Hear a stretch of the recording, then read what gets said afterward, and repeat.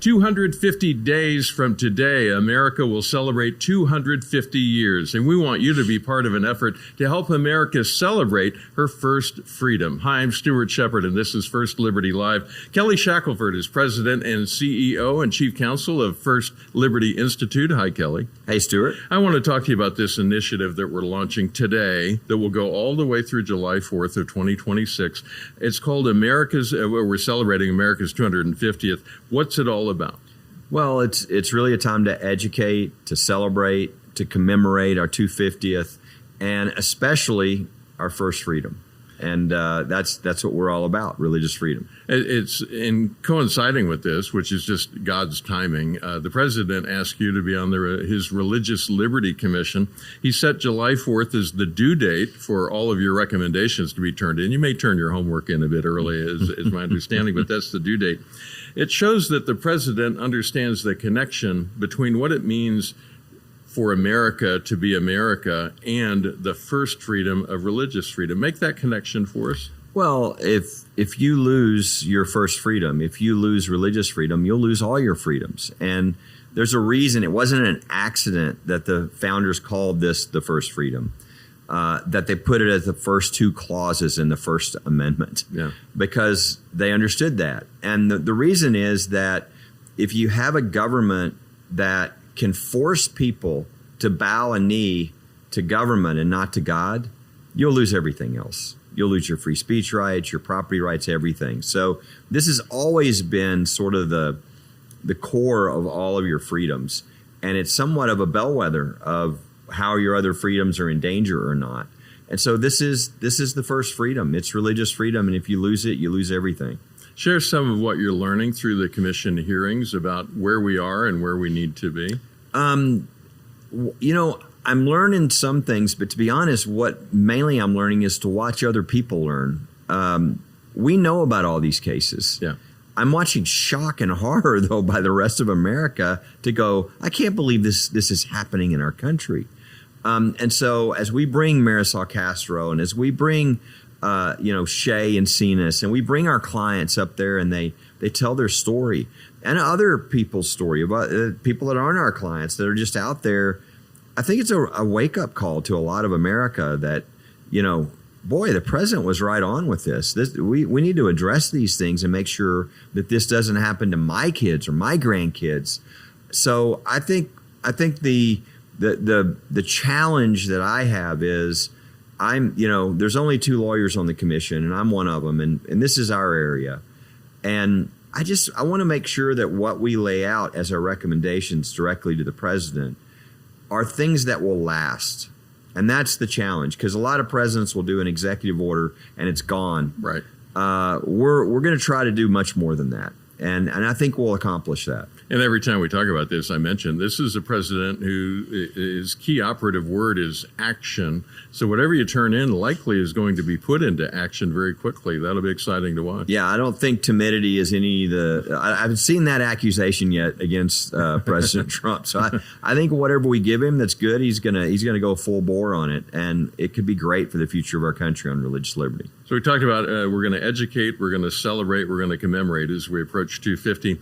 What are some of the ways, share with us some of the ways people can join in with us as we go through these months ahead, ways that they can take part actively with what we're going to be offering? There's going to be a lot of ways, right? I mean, number one, we're going to have a free ebook on, the 250th. And again, it's an opportunity for us to tie back into our history, but also talk about the first freedom and to educate people on that. We're going to have gear, swag, whatever you want to call it, all kinds of stuff with 250. I've seen some of the T-shirts. They look cool. We'll be rolling those out. A gift shop portal where people can do that. We're going to have quizzes where people can take a quiz, which is a great way to help people know what they do and don't know with regard to our founding.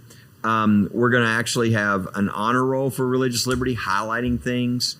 And then there's a lot of things that are going to happen because, for instance, outside of this, I'm also on the Secretary of Education has a civics, teaching people civics with the 250th, right? Yep.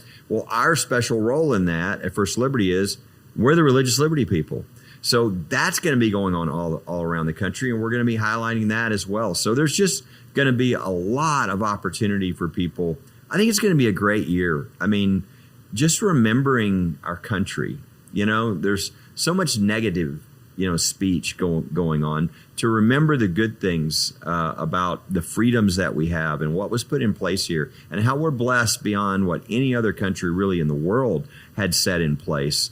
I think it's going to be a special year, but a special opportunity for us as well with, just educating people on what we do, on why this is so important, on why we need to fight for this, and really what we can do for the future for our kids and our grandkids. Our coworker, Sean Frederickson, goes out on the beach in San Diego and talks to people about various things. And recently he asked them about their First Amendment freedoms. There are 5 of them in there, is my understanding. Yes. The first one everybody seems to name most often across the board is free speech. But as you mentioned a moment ago, that's not the first one in the First Amendment. There's another one. Explain to us why it's important for us to understand our first freedom, what a difference that makes in how we perceive what it means to be an American. Well, it's people take for granted. It's like, oh yeah, that's for the religious people. No, it's not for the religious people. It's another way to refer to religious freedom is the right of conscience. I mean, if you can't have the freedom to have your beliefs about the most important things in life, how did I get here? What happens when I die? How should I live my life now? They're never going to let you criticize them, the government officials, right? So free speech, although it's broader than that, the founders especially had in mind being able to speak politically and not have the king or anybody else crush you. But that's really secondary to religious freedom and freedom of conscience. So if you don't have the freedom to believe, you're certainly not going to have the freedom to speak. And it really does tell us a lot. And COVID was a great example. We had all this shutdown, all this power in these people's hands. The issue in court was not the right of businesses. It was not the right of free speech. It was the right to open your church or your synagogue. Mm-hmm. And everywhere we won that case, in which we won every COVID case we filed, everywhere we won, within 2 to 3 weeks, the businesses were opened up. It wasn't the other way around. Religious freedom is our first freedom, and it really determines all the rest of your freedoms. And it's not only our very first freedom, in a very real sense, and this is one of the themes we're going to be hitting this year, it's America's greatest gift to humanity, not just in America, but around the world. It makes a difference everywhere. We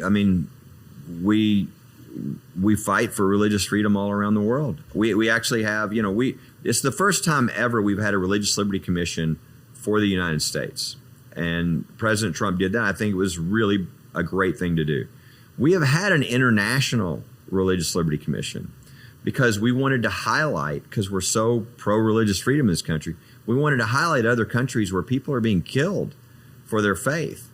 And so that's always been a number one commitment. It was part of the reason why we founded this country, right? I mean, look at the Declaration of Independence. Look at why people came here.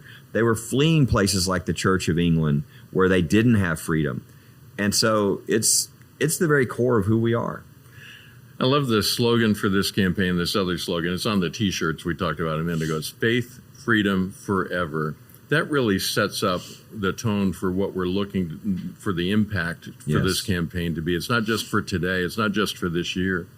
That's what I love is another place we will say then, now, forever on this campaign as well. We're remembering our 250th, but it's also important now, but this is about the future. This is about having this when we're dead, for our kids, for our grandkids, for everybody's going to walk in our, and that's really, if you look at this, that's kind of what we're doing with the cases, right? When we win the Gerald Groff case and we restore religious freedom in the workplace, that's great for hundreds of millions of Americans now. But my first thought was, my grandkids are going to benefit from this. Yeah. Right? And so that's why we've got to remember, I think it's important to remember the past of what we've been given, but then it really almost puts an urgency. We've got something really special. We need to do our work now so that our kids and our grandkids have the same freedoms. It became real to me at the last commission hearing, chatting with Joe Kennedy, our case, the one at the Supreme Court. He brought the case, the one at the Supreme Court, football coach, the one to pray on the 50. But to my left was a young lawyer just out of law school, and she's looking at him, and it's almost rock star status. It was kind of funny. But what she was saying is, we had a whole chapter about you in our law book. Now, we often said when that case came through, they're going to have to rewrite the law books, but here I'm seeing it, and it's real. I mean, they really now are learning about the Kennedy case because that impacts their religious freedom as we go forward. There's no doubt we're having to change the law books. And Kennedy's a great example because the Lemon case was such a used case to attack. It was sort of a government hostility to religion, and that had to all change in the textbooks. But the one we get the most every day, we have a service that picks up articles in regular media, but also in legal media. Every day there's a mention of the Groff case because the standard we changed in protection of religious freedom in the workplace, every HR manual at every company had to be changed. Everything has changed. And every day I see an article and it mentions Groff because it changes our culture that much in ways people are never seeing. And for our supporters, their fingerprints are all over that. They were the reason for that. They're the reason for the Kennedy decision, the overturning of Lemon, which is 50 years and 7,000 citations by federal courts to crush religious freedom. Over, gone. Groff, while the standard up and every HR manual across the country changed, all their fault. All the fault of our supporters. We created the right problems for the right people. Good for you. Yeah. Good job. Kelly, good talking to you. Thanks for making time for us.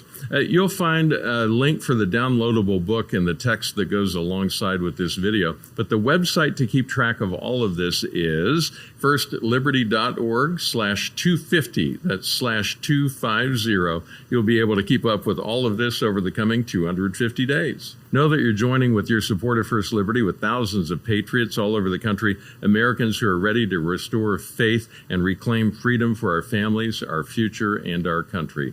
Faith, freedom forever is our goal for this year. First Liberty, faith, freedom, forever.